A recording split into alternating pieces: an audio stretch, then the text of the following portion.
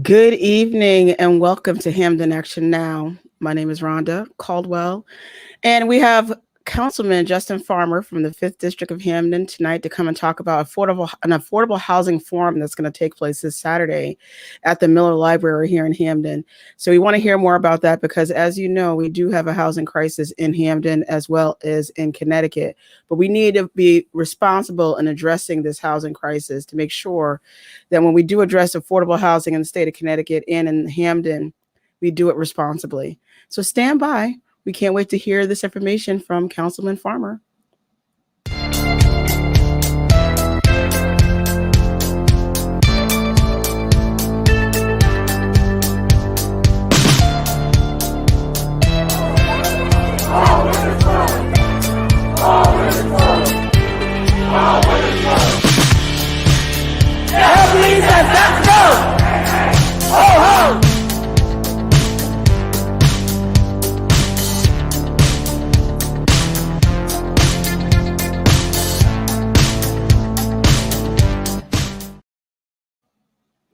Hi, Councilman Farmer. How are you?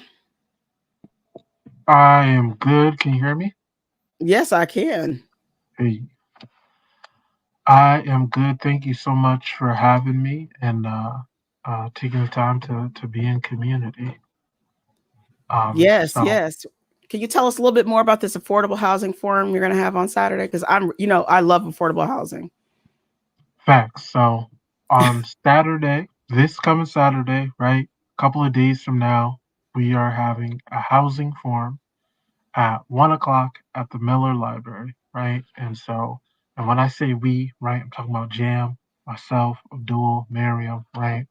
Um, we have talked to community members and we felt, um, right, like looking at our housing code, right? Mm-hmm. This is something that has not been updated since the last big batch of updates was 1967, right? Yeah. I wasn't around during that time, but I heard there was some stuff going on, right? So, like, Mm-hmm. some perspectives have changed, right? People are using pronouns, right? Like, cool. Like, a lot has changed, right? And a lot of housing things have changed. And so, making sure that we're changing things to make sure that housing code is up to date so that we are protecting homeowners and community members who are looking to buy into the market. And then also looking to protect our renters, right? Because there's just so many things going on, right?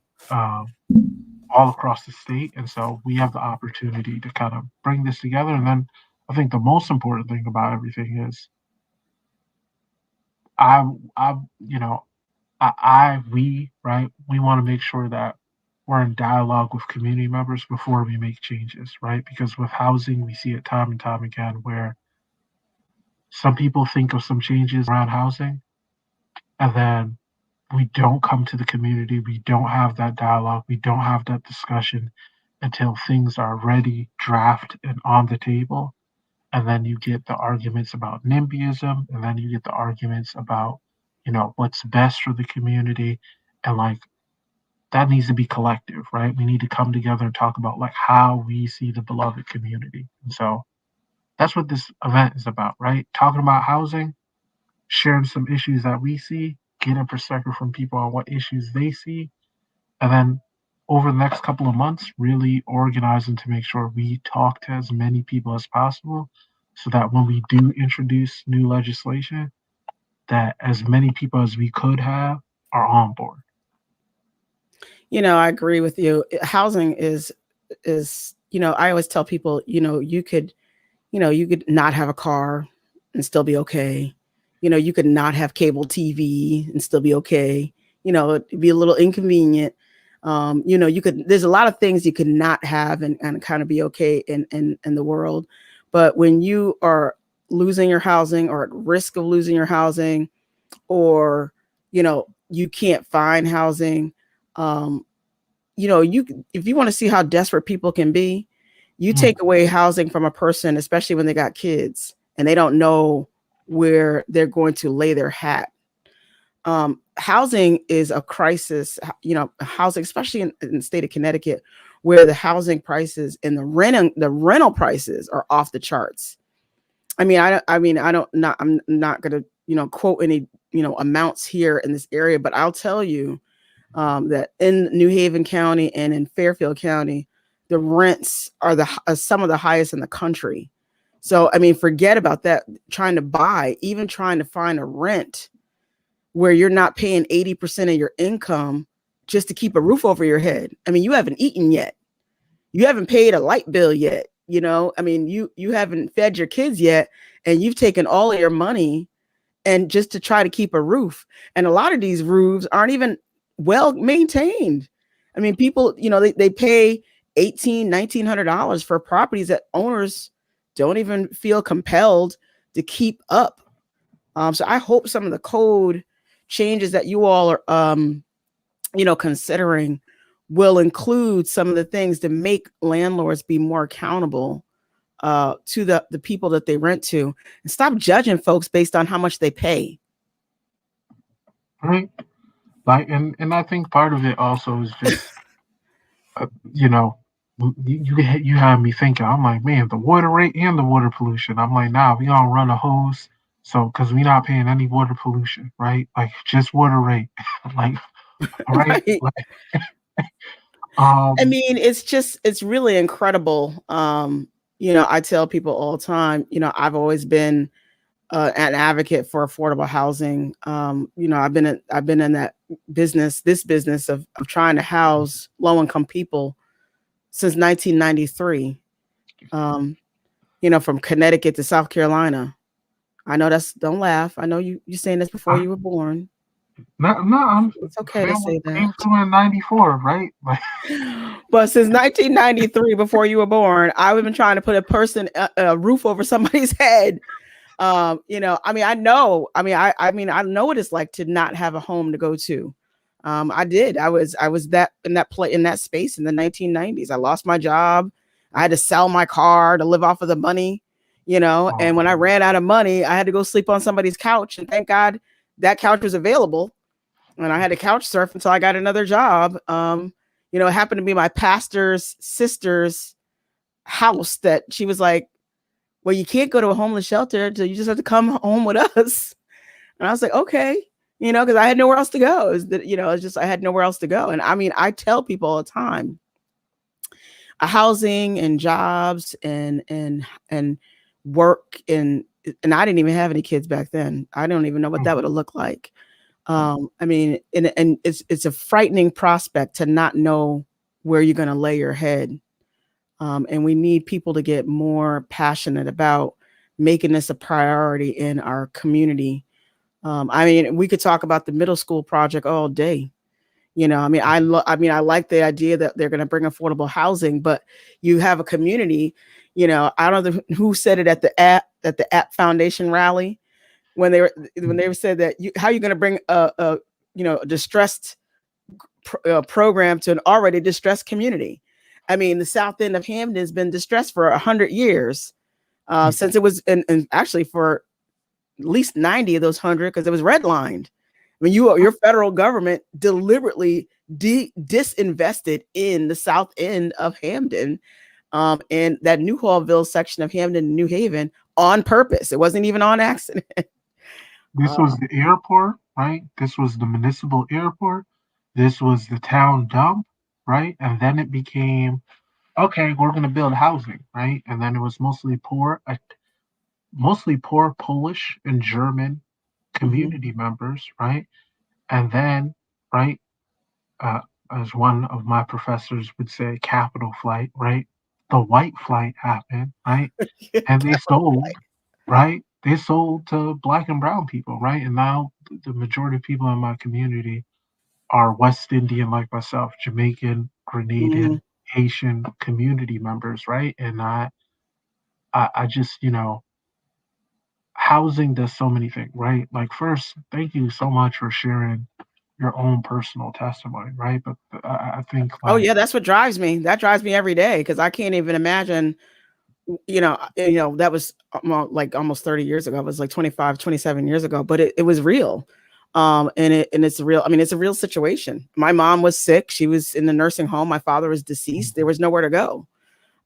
So I mean, people, my story is not rare. That everybody has that type of story where, if I didn't have, a church group that I was a part of in Bridgeport, Connecticut at that time, I don't know where I would have laid my head until for those several months that I didn't have a job, and I ran out of money, and I had to give up my apartment. So I mean, these things happen all the time. It just, when you have a culture of people like the Black and brown community who historically have not inherited wealth, Mm. the wealth has not, I mean, because many of Black and brown people, like your mother and my Mm. parents, are first generation homeowners. Right. So there wasn't like great great great grandma had land somewhere, and our community doesn't get, we don't really transfer wealth from one generation to the next. So all of us are reliant upon what we are earning capabilities. And I'm not ashamed to say, in the 1990s, I didn't have a college degree. I went back to school late.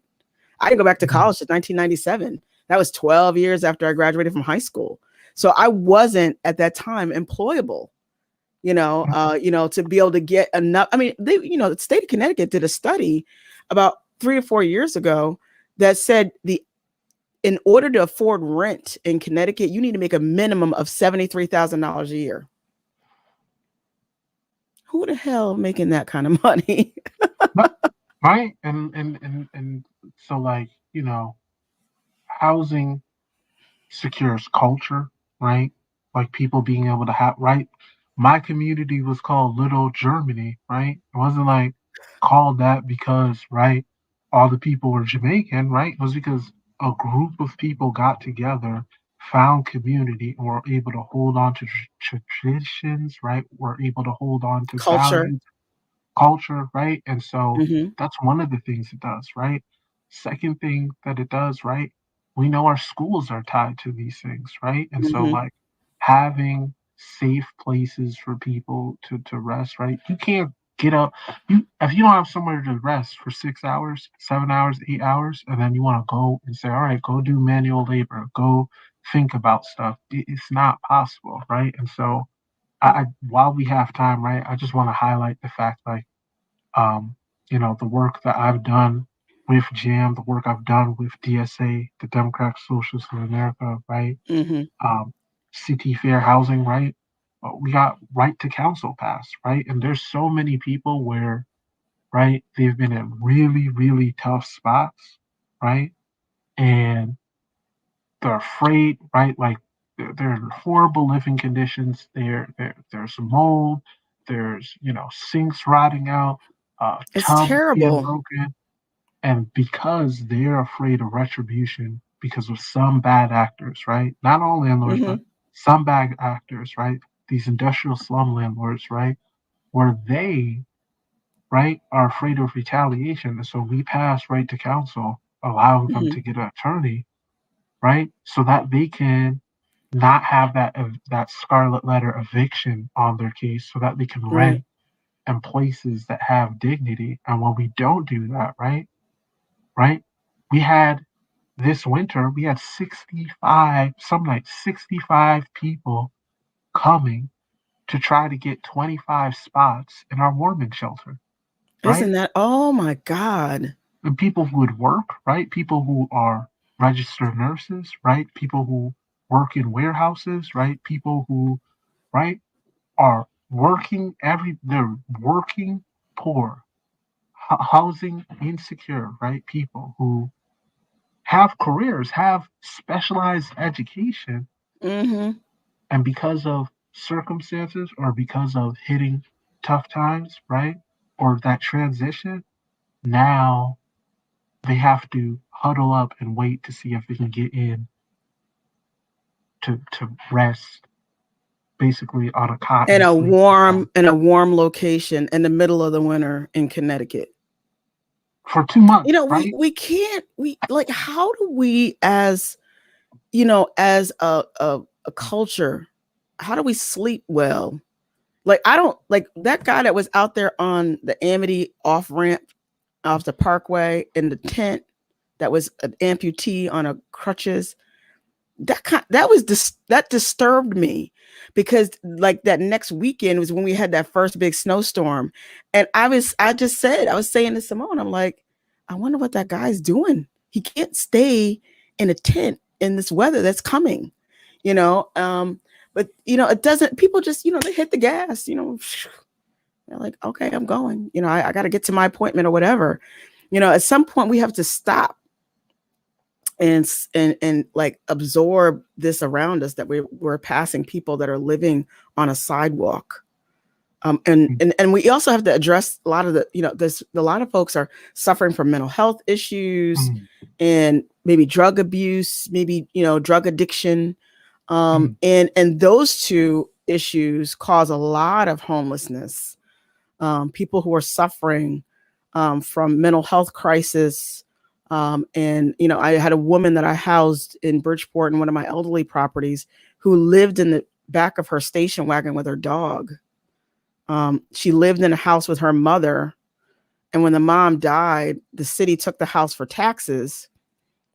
And I think she had some mental health challenges, and she just couldn't function when they actually put her and her belongings out of the house. And so I moved her into our community, and she just still never was comfortable there. I mean, it just wasn't.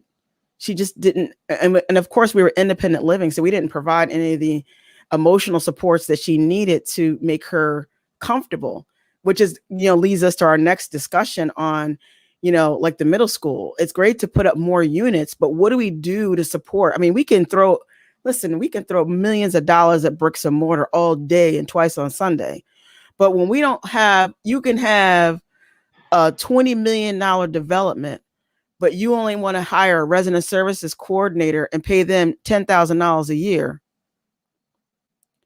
But y'all just made, a $5 million developer fee, and the money rolls right out of town. I mean, I'm not throwing shade at anybody. This is how the business No. is. This is how but I'm saying, and I've even said it to our own CEO, that I would love to see developers get more points for developments that they roll out that include these services. Well, and I think like this is the other thing about why I'm so excited about Saturday, right? Saturday at 1, Miller Library, right? Miller Um, Library. that so much of this is structural, right? And so when we come together and talk about things, right? I think people often prevent themselves from organizing because they say, I'm an individual actor, right? I didn't do anything. I don't know how to change this stuff. I don't know what to happen, right? But like when we get together and we think about these things and we talk about these things, we can change processes, right? And so we can do Right. things like, all right, cool, you want to build? Well, right, Council President Baez, right, um, right, has changed our legislation, right? So now we have to have some workforce development, right? So if we're Mm-hmm. building stuff in town, we got to be hiring some Hamden people, right? We And like there are must. many things like that we can change, right? Or things, right?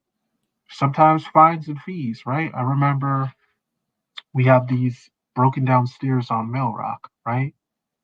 Our stairs fee is something dumb. It was something dumb like $25 or $100 a day or something, right? Mm-hmm. Which is insignificant, right? No, it's like $25 a day, right? So you have all these steps, right, that are broken and tethered and out of repair, right? And $25 a day, right, is next to nothing, right? And if people aren't paying attention, even the process to start fines and fees can sometimes take as long as 2 months to start, right? And so, right, 2 months of people not having access to stairs or potentially falling through stairs, Or five, yeah, getting injured is the bigger problem. Yeah.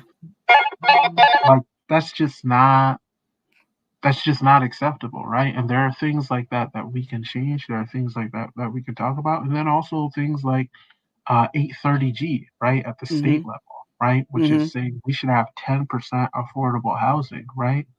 we as communities need to talk about what does that housing look like. For me, right? I want safe, affordable, attractive, right? I don't want to live in no ugly place. I don't want to live in no Right. studio where I feel cramped, right? Attractive social housing, right? Right. Housing that brings people together, that allows us to share our culture, allows us to share our whole human being so that when we leave our homes, right, that we can be the most productive people that we can be. And that when Mm-hmm. we come to rest and retire, that we can actually rejuvenate ourselves and not like, you know, cool, I let my brain rest for 6 hours, but now for, the next 16 hours, I'm going to be in pure panic, right? Like Right. that is why it's so important that as many people that we can talk to and have those discussions about what does affordable housing look like in my neighborhood? How Mm-hmm. does that integrate with the rest of the culture in the community? How do we make people feel welcome? How do we address concerns, right? Because Mm-hmm. there's always legitimate concerns that people have, but if Right. we don't make room and space to talk through them, then sometimes we don't name them, and it because I don't want that because poor people will ruin stuff. I'm like, Mm-hmm. okay, you've never been poor in your life. Oh, when you were in grad school, you were rich. Oh, you Well, never been poor in yeah. your life. You see, Like, this is that's the whole, stigma, when we call it affordable housing or low income housing or Section 8 housing or whatever. I mean, it's all been stigmatized, over the course of the years, and it's been negatively stigmatized. And it's just, it's housing, it's a roof, it's a place to raise your kids, it's a community, and you know we you know we've got to roll out community and stop and drive out these ideas of, affordable housing, low income housing, Section 8 housing, welfare housing, whatever, they calling it over the course of the last 20, 30 years, 40 years. um, it's a community, and it should be a community where, people can thrive and feel safe, and feel, valued. You don't want to be warehoused and put like put in a part of town where nobody drives by. You want to reroute the road and reroute the highway to go around it because we don't even want to drive by it. I mean, you see these. I mean, I will never forget. We were in Bridgeport in the 1990s. That's where I was. I started my career in housing, and we saw how the east end of Bridgeport was being cut off by the highway. I mean, you actually have to get off and go around and whatnot because they did not, they were trying to literally, plan to cut this area off from, mm, having access to the main part of Bridgeport. And I see that. I mean, back then we were like, oh, this is weird. But now you look at it and you're like, okay, somebody planned that to cut off this part of the community from the other part of the town, in anticipation of casinos and things like that. God forbid somebody gets off the highway to go to a casino and has to drive by a poor community. When if you've been to Las Vegas lately, once you get off the strip, the community is very poor. And we took a wrong turn one time when we went to Las Vegas, and it's a very poor part. Vegas is a very poor city. It's got, lots of issues with, crime and poverty, but you don't know that on the strip. It's just all glitz and glitter. Um, mm, but we need to do more. I'm happy that Jam is doing more. And I hope that when you do get a chance to look at the middle school project, I would love to Hamden Action Now to host an offline Zoom with whatever mm, community members, whoever's out there. Let's come and let's start talking about the middle school project before it gets back to the legislative council table, so you can have your ideas heard and we can all put them on the table, and maybe even start maybe a memorandum of understanding between the community and the town, mm. and list by bullet what we as a community want. And this is our memorandum, and we can get people to sign it and we can issue it to the mayor and the legislative council so they're clear on what the concerns and what the demands of the community are, so that everybody knows. And I'll be happy to help to draft that, because I No, hate for a developer to roll in, do X, Y, and Z and roll out, and then it's too late. Once the money is spent and buildings are built, it's hard to change it once it's here. So let's put our demands on the table. No, And I would love to author that. that's a brilliant idea. Let's we connect, right? But I think that's more of what we need, right? We need to change processes so that because time and time again, I don't care what community I go to, you'll see developments go up, and you talk to community members, and people did this, and they didn't even talk to us. Oh, well, we had a meeting, and it's like, well, right, and it's like we don't Hmm. make it accessible. We don't right touch base with people, and we don't talk through those tensions. Where it's just like, oh, you were concerned about X, Y, Z, and here are the things we can do to address it, and it actually isn't a huge deal, right? But sometimes when we don't do that, it becomes, oh, well, I hate that or this or that, and right, and there, Right. I don't know. I've seen so many times. I've seen good, well-intentioned projects that just weren't talked through, Right. where people are like, I hate this forever because we didn't talk through, or I hate this forever because this or that thing on this building, or this or this way that the sidewalks were cut or the street was cut. And now the traffic is out of control, and we have all these issues now, and nobody did anybody consider that, and no one asked us before. This is I'm going to host a Zoom offline with the community surrounding the middle school project, and we're going to start putting down our concerns and our demands, the things that we'd like to see happen with that project, and then put it into writing and issue it to everyone and make it be a part of, like, hopefully we can add it to the official minutes of the legislative council or something, so we could always go back and refer to it um, later on in life. So because these development they take a long time. I mean, if you're going to build 50 or 60 or 100 units over there, it could take you 3 years between conceptual project right now to actual rent up. um, so I mean, I just think that'd be a great idea. That, in addition to your talk on Saturday, and I hope you have more talks on affordable housing after this one. We well, we definitely have to do it right, and I think for me, you know, for me, it's important that we're in community and hold space, especially as it's getting warmer. We can host events outside and keep COVID safe and be in community. But the other Yeah, thing, right, as Jam, right, changing the way that we do legislation where we're not just like, I got great ideas, here you go, but more like, I got great ideas, all right, pick it apart. Tell me what's dumb, tell me what's good, right? Oh, cool, you have an architecture background. Oh, I didn't realize that was the thing I should even consider. Oh, you are a botanist. Great, good for you. Oh, you just had the most brilliant idea on this and that thing that I just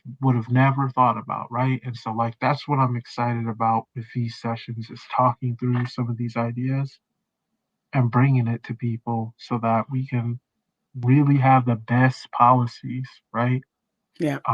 And have that legacy. So, thank you for lending me this space and always being in community. Yes, yes.